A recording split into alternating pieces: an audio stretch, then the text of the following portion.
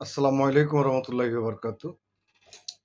আজকে রাত্রে বিএনপি স্থায়ী কমিটির মিটিং হয়েছে এবং সর্বসম্মতভাবে সিদ্ধান্ত হয়েছে জনাব তারেক রহমান বিএনপির ভারপ্রাপ্ত চেয়ারম্যান আগামী 24 ঘন্টার মধ্যে দেশে ফিরবেন। আল্লাহ পাক রাব্বুল আলামিন ওনাকে নিরাপত্তার সাথে দেশে পৌঁছান, এই কামনাই আমরা করি। পাশাপাশি আজকে একটা খবর বিভিন্ন সামাজিক মাধ্যমে প্রচার হয়েছে, সেটা হলো তুরস্ক কেন্দ্রিক জামাতের যে কমিটি বা সেল, বিবিসি সংবাদ মাধ্যম থেকে যেটা বেরিয়ে আসছে বলে ফেসবুকে আসছে, তারেক রহমানকে হত্যার নীল নকশা এঁকেছেন।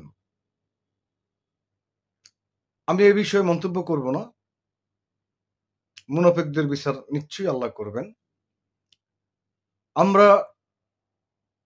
আমি তো ব্যক্তিগতভাবে বিগত 18 বছর, বিশেষ করে জুলাই আন্দোলন করতে গিয়ে অর্ধপঙ্গুত্ব বরণ করেছি এবং বাকি যে জীবনটা আছে জনাব তারেক রহমানের নিরাপত্তার জন্য বাকি জীবনটা উৎসর্গ করার প্রতিজ্ঞা করছে।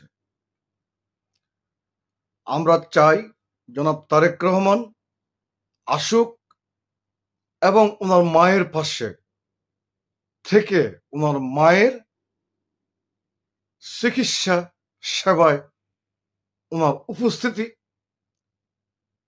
সন্তান হিসেবে ওনাকে এই মুহূর্তে ওনার মায়ের কাছে থাকা খুব প্রয়োজন। একমাত্র সন্তান।